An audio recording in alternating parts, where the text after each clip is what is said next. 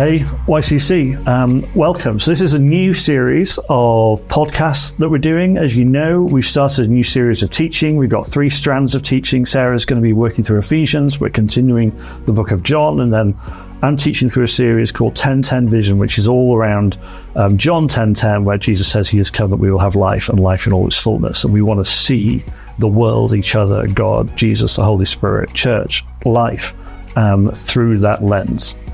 And so alongside each of my talks, I thought it would be really good to have a conversation with a guest around the subject that we're looking at, around what insight do they have, what can we learn from other voices other than just my own on this subject. So this morning we're looking at the idea, the subject theme of the sermon is the herbs won't go back in the box. All around this idea that we can't go back to how things were before, and we're being invited to push on into the new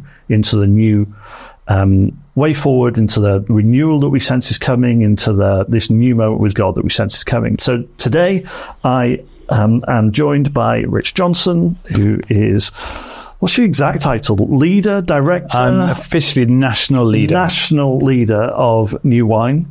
Someone we've known each other for a while. Obviously very familiar with YCC, works with Joe, who heads up worship for New Wine.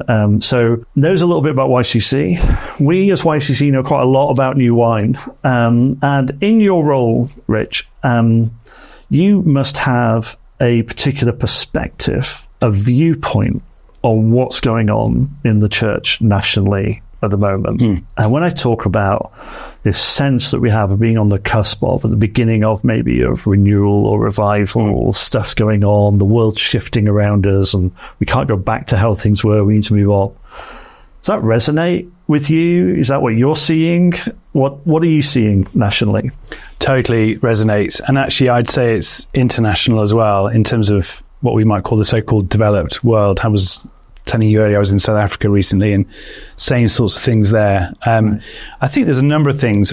One is, so God always moves in times of crisis, right? Personally, and then collectively, and so why not culturally and nationally and what have you? And so I think we are in a particularly exciting and yet disorientating cultural moment. Right. What some are now describing as a sort of a shift from a secular age to a post-secular age. Right. Now, cultural change takes decades, so we don't know quite where we're in, and it's only with the benefit of hindsight we'll make sense of it. But we've learned enough, I think, through history to see when we're in times of change. And so God moves in crisis. So Mark Sayers, who's in Australia, done a lot of work on this. He's basically saying, renewal is always preceded by some form of crisis. Right. So because people are more receptive to the divine, to the spiritual, to something beyond the visible, tangible, when that starts to fail. So when the narratives that society's built itself around, the structures, the institutions, no longer work, people start scratching around for... Right. And they're all shaking. Right? Absolutely. Everything we've trusted in. It's all shaking. Financial markets, political system, media, institutions, education, health, policing, everything's shaking. It's all gone. And actually, one of the questions always to grapple with is, to what extent is God doing the shaking, and to what extent is it that our earthly institutions can't take the weight that we place on them? Mark Sayers again would say, actually, one of the markers of the secular age is it's wanted progress without the presence of God. It's wanted the kingdom without the king. And so actually the secular project on one level is an attempt to do the kingdom of God without Jesus, and it hasn't worked. Because there's a reductionist nature to secularism. Totally. Right? Let's reduce everything to what we can define, what we can measure, what we can evidence. Yeah. And we get to the end of that road. And it just doesn't work. So, and it makes sense. So secularism began, probably the jury's out 150, 200 years ago, but it really kind of accelerated and became our felt experience after the Second World War. So it makes sense. You think you've had these 2 brutal world wars. Understandably, a lot of people going, if there is a God, I don't want a bar of it. So we've got to create alternative structures. And so post-war, there were these extraordinary things created like the World Bank and the United Nations, an attempt to have world peace and stability. And for a long time we had it. I went to university, I'm going to show you my age, in mid-90s, 1995, I went to university, studied geography. The first book we had to read was a book called The End of History by a guy called Francis Fukuyama. And he was basically making the case that the secular project has worked. Look, we're reaching the point. And the data for that was Soviet Union's broken up, the Berlin Wall's fallen down, basically democracy, neoliberalism, it's all taking root. Well, for a while that felt true, and then of course we had 9/11, and it was this brutal reminder. No. The world is not all one and the same, and there are different stories and narratives and agendas, and ever since then it's been pulling itself apart. Because then we had the financial crash, and then we've gone through the financial crisis. So from that, then we went through the pandemic, and the cost of living since then. Totally. War returning to mainland Europe. Exactly. More people, more refugees on the move than ever before, more people in slavery than ever before, more volatility than ever before. How do you make sense of Brexit and Donald Trump? It's all part of this shifting pattern. And then what COVID did, I don't think COVID caused any of this, but what it did is it functioned as it exposed everything, it accelerated everything, and it compounded everything. And so the herbs can't go back in the box. Because as much as most of the Western world has tried to kind of get back to normal, it can't, because it functioned as a sort of it was the final straw really for the secular project. All of that to say, therefore, is actually really exciting for the people of God, because we are at our best when we live in the in-between one world and another. We are, by definition, right? We're called to live. Exactly. We're now and not yet people. So just at this moment where it feels volatile and scary is our moment. This cultural moment is our moment to step up, to step in, because we have a better story to tell. We've got answers to all the questions that the world is asking. What the world's looking for, and I guess we can come to this, is given its suspicion of institutions and authority and religion, we need to be something different this time round. But it's all happening. Yeah, it is all happening. So just a little interlude. So you mentioned there Mark Sayers twice. Yeah. If people don't know who Mark Sayers is, how might they listen to what's his podcast, what's his books? So his podcast is the best thing to listen to on the order list. He's one of the best thinkers from a Christian perspective on cultural change, renewal. What does that mean for the church? How do we make sense of it? It's called Rebuilders. Okay. You can get it everywhere. His books are great as well. But his podcast is particularly helpful. Great. The world's shifting around us. We sense, we've been having various prophetic words at this church about what's got you here isn't going to get where you're going. There's a change in posture. There's a new moment arriving. You're on the verge of renewal, revival, outside Reformation, which is way more painful, but we can get into that. But how do we respond to this moment? If we can't go back, how does the church respond in this moment? Yeah. Well, it's a great question. And I think often we don't know how to respond, and all sorts of things kick in, fear and other things which we can come to. So I think part of it is recognizing that, as I said, these are moments in which God wants to do something extraordinary. And so to go into the future, to look towards the future with hope and expectation and anticipation, and say, okay, come on, God, these are the moments that actually we get to see you do extraordinary things, and then to pray big prayers of faith. It actually is about, I think it's two things. It's boldness / courage, isn't it? It's like, okay, because it's scary. It's exciting, but it's scary. But it's also kind of going, but actually God is working all things out for the end game, which is the new heavens and the new earth. And so we get to be part of a moment where there's going to be a shift towards that. So I want to be part of that. So I think part of the job of those of us who lead churches is to cast really good vision, to teach into this and go, this isn't a blip. This is a shift towards. This is a trajectory. So the default setting of the New Testament is renewal. So it's the renewal of all things. I'm making all things new, says Jesus. See, and actually, what's the revival? I think revival, in a sense, is like a power surge every so often. To accelerate and compound the renewing work of the Spirit, to move us towards that. And so in a time when the world is fractured and volatile and at war, what does it need? It needs the Prince of Peace. It needs the people of God. It needs who come with hope and expectation, but a willingness to let go of what was. And that's two things, I think. One is our collective way of doing and being church that we quite like, which worked for a season, but is, we get married to the model. But also letting go of our own personal preferences and comfort zone, and actually understanding we're on mission. Like we do not live here. We're temporarily resident. We're on assignment. I forget who it was. One of the great mystics says we write our postcodes in pencil because we're heading home.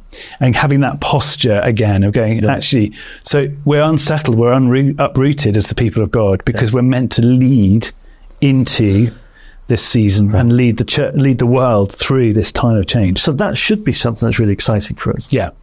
And yet it doesn't always feel exciting. Right? Sometimes we go, it feels really uncomfortable. So you talked about it feels like disruptive to us, feels uncomfortable. There's a dissonance maybe that goes on within us.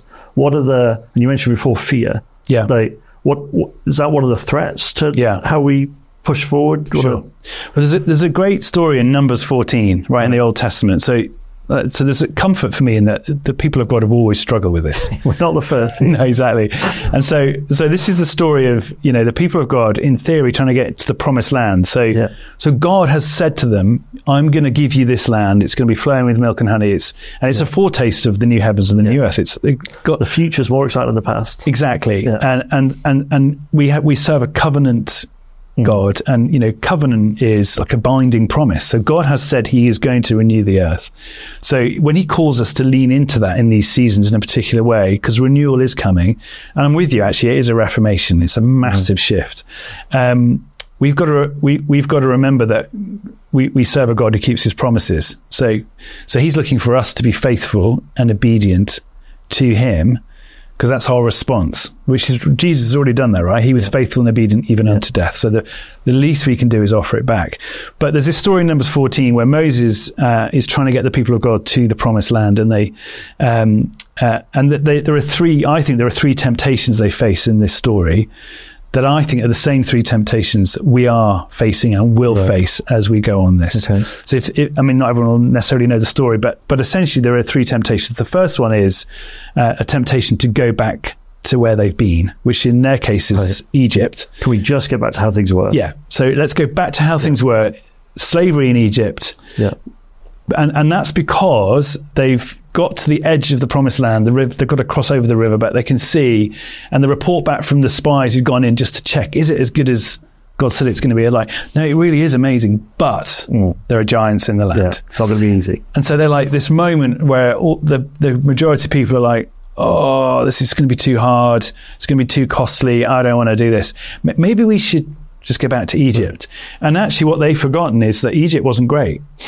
No. They were enslaved. But no misery. But they got fed every day. Can be better than completely. Unknown. Yeah. Security, comfort, what they knew. They didn't have to step out in faith. It didn't require boldness. It didn't require courage. It required just a passive kind of going along. So that's the first temptation, is to go back to what we know and feel safe in. And post-pandemic, we can feel that way. Absolutely. How do we get back to how do it the way things were before? Totally right. And actually, I actually think you see quite a lot of that going on in the wider culture as well. For sure. And interestingly, a side note, but one of the books I was reading recently was talking about how in the culture, post-pandemic, there's been a real rediscovery of the local and of the organic and the handmade. And there's actually almost a desire to go back, not to how things were pre-pandemic, but to go back to how things were 100 years ago. Right.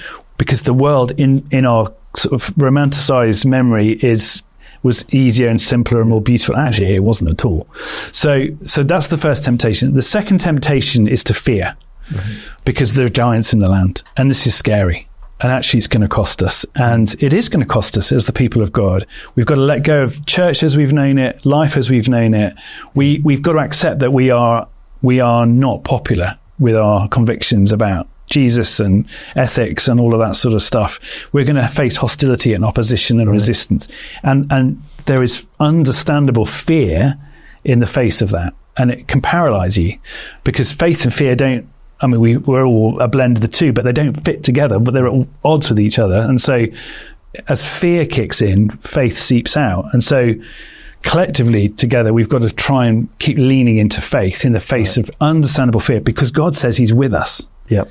And if God's leading us, and we know they knew that then, but all the more now we know we serve a God who's with us by his Spirit in all things. And they said, I will finish what I've started with you to the very end of the age. And how many prophecies have there been about you're on the cusp of something? Completely right. Yeah. So here we are, finally about to enter into the promised land of a new move of the Spirit, a new awakening, which we've all been praying for. Right. And now suddenly we're here and going, but it's going to, And then the third temptation they face, and this is, I think, the more subtle one that is harder to spot. And again, so if you fast forward the story, basically they don't enter in. Yeah. Fear kicks in. They wander around the desert for 40 years. The next generation comes around, and a couple of the tribes basically spot that the land on this side of the river, promised land's over the other side, this land is where it says it's really good for cattle, livestock. And what that means is basically it's code for we can make a load of money here. Yeah. So they say, well, we'll help you go in, but then is it okay if we come and settle here rather than there? And they basically trade earthly comfort and wealth for eternal wealth and the promised land.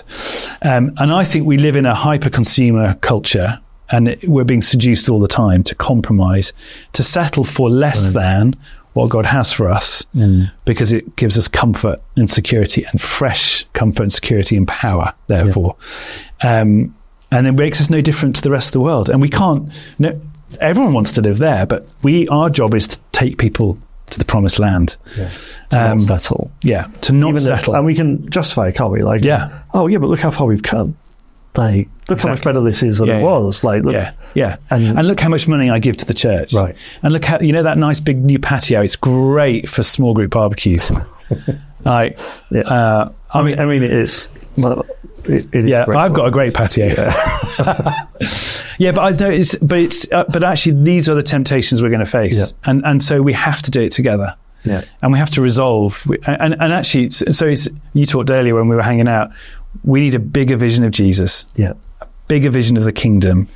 And I think it's interesting. I've been a Christian 25 years, and I remember when I first became a Christian at university, a lot of the conversation was about where you go when you die, heaven, right? And there's been a swing, I think, a correction on one level to, no, actually, this gets lived out now. It's the now and the not yet. And actually, this has to be good news now. But I think the danger is we've potentially lost sight a little bit of the heavenly, of that ultimate vision. And I think we've got to rediscover a compelling vision of not just what's going to happen as the Spirit moves and we see this great new awakening, but actually to understand that, but that's not the promised land either. Ultimate, like renewed heaven, new earth, new heaven, totally. Existence, living with God, God with his people, totally, reconciliation of all things. Yeah, that's amazing, Rich. Thank you so much.